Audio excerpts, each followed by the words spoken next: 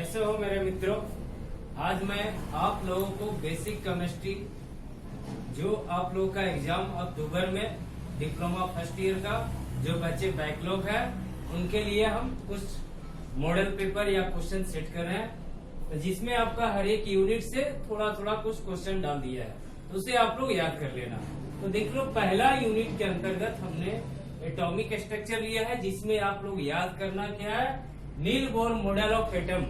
ये आपका 5 नंबर का क्वेश्चन आता है। इसके बाद नील बोर मॉडल में शॉर्ट क्वेश्चन भी आएगा, ऑब्जेक्टिव क्वेश्चन भी इससे आएगा, ध्यान रखना है, यह बहुत इंपॉर्टेंट है। इसके बाद शॉर्ट नोट्स में आप लोगों को याद रखना है Hund rule, poly exclusion principle or above principal. 3 को शॉर्ट नोट्स इसमें दिए है।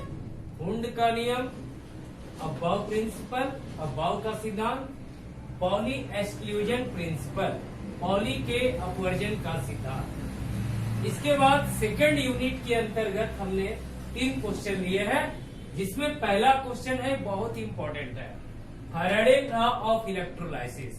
फैराडे का फर्स्ट लॉ और सेकंड लॉ, ये दोनों इंपॉर्टेंट है। इसमें याद रखना, इसमें न्यूमेरिकल भी और साथ ही साथ ऑब्जेक्टिव भी क्वेश्चन आ सकते हैं। इसके बाद लेक्लांसे सेल, जो कि आपका प्राइमरी सेल में है, और यह lead storage cell secondary cell में है। तो यह ज्यादातर आप लोगों को लेड स्टोरेज सेल का क्वेश्चन पूछा जाता है। या फिर ऑब्जेक्टिव में इसमें कौन कौन सा केमिकल यूज करेंगे वो भी पूछा जाएगा, साथ में रिएक्शन पूछ दिया जाएगा कि लेड स्टोरेज सेल का क्या रिएक्शन है, वो आपको सही बताइए ऑब्जेक्टिव के अंतर्गत। शॉर्ट नोट्स में आप लोगों को स्पेसिफिक कंडक्टेंस याद रखना है, इक्विवेलेंट कंडक्टेंस, कंडक्टिविटी और स्पेसिफिक रेजिस्टेंस या रेजिस्टिविटी। ये आपका शॉर्ट क्वेश्चन हो गया 3 ठो। इसमें एक क्वेश्चन जरूरी होता है कि ये क्वेश्चन पूछना ही पूछना है। यह हमारा फैराडे लॉ 5 नंबर का, नील बोर 5 नंबर का 2 क्वेश्चन, और यह शॉर्ट क्वेश्चन, इसको देख लो। आप देख सकते हो यूनिट 3 में कौन कौन क्वेश्चन, क्या क्या क्वेश्चन आएंगे, ठीक है, या क्वेश्चन पूछे जाएंगे। इसमें आपका सबसे पहले यूनिट का नाम है मेटल और एलॉय। मेटल में एक्सट्रैक्शन प्रिंसिपल पूछा जाता है, जिसमें 3 क्वेश्चन आप लोगों को इम्पोर्टेंट हमने बनाया है। सबसे पहले एक्सट्रैक्शन प्रिंसिपल जिंक का, दूसरा नंबर में एल्युमिनियम और कॉपर का। तो याद रखना कि ज्यादातर क्वेश्चन आपके एल्युमिनियम और जिंक से आते हैं, और कभी कभी रेयर केस में कॉपर पूछ दिया जाएगा या फिर आयरन का। यह 2 क्वेश्चन आप लोगों को एकदम फिक्स है, आना ही आना। इसके बाद शॉर्ट नोट्स में,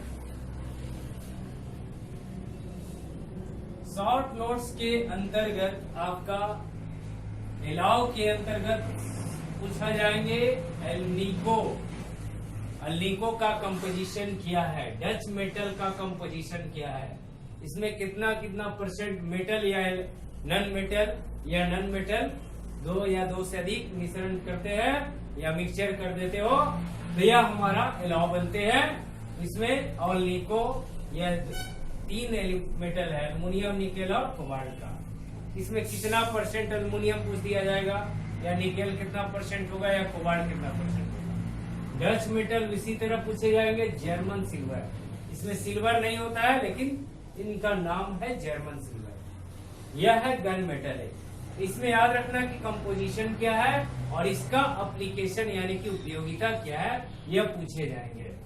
और यूनिट 4 के अंतर्गत जो आपका नॉन मेटेलिक मटेरियल, कभी कभी क्वेश्चन आपको पूछ दिए जाते हैं कि एडिशन और कंडेंसेशन पॉलीमराइजेशन क्या है, तो इनका डिफिनेशन लिखना पड़ता है, और एक आध वो अपना एग्जांपल दे दो, ये आपका काम करता है।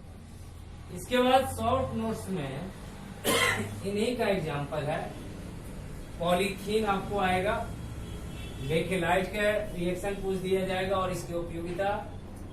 थर्मोस्टेटिंग प्लास्टिक क्या है ना, थर्मोस्टेटिक प्लास्टिक पूछ दिए जाएंगे। ग्लास वूल क्या है और थर्माकोल के बारे में आपका रिएक्शन पूछ दिए जाएंगे, और इनकी उपयोगिता क्या है यह आपको ध्यान में रखना है। यह हो गया नॉन मेटेलिक मटेरियल का यह शॉर्ट क्वेश्चन। इसके बाद लास्ट जो यूनिट है इन्वायरमेंटल इफेक्ट, जिसमें एयर पॉल्यूशन और वाटर पॉल्यूशन पूछा जाता है।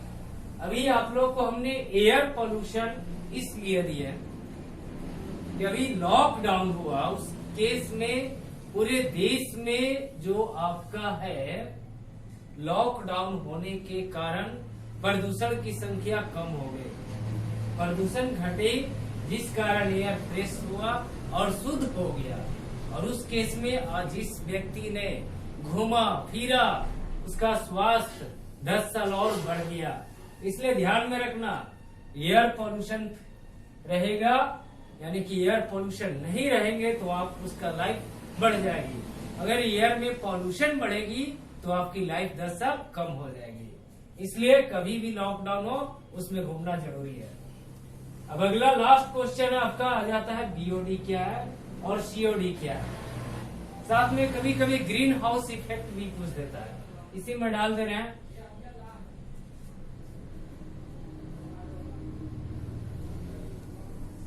इफेक्ट, यह 3 क्वेश्चन बीओडी, सीओडी और ग्रीन हाउस इफेक्ट, यह ज्यादातर सवाल पूछे जाते हैं शॉर्ट नोट्स के अंतर्गत इन्वायरमेंटल इफेक्ट से। इस तरह आप लोगों को हमने बेसिक केमिस्ट्री में 20 क्वेश्चन कर दिए।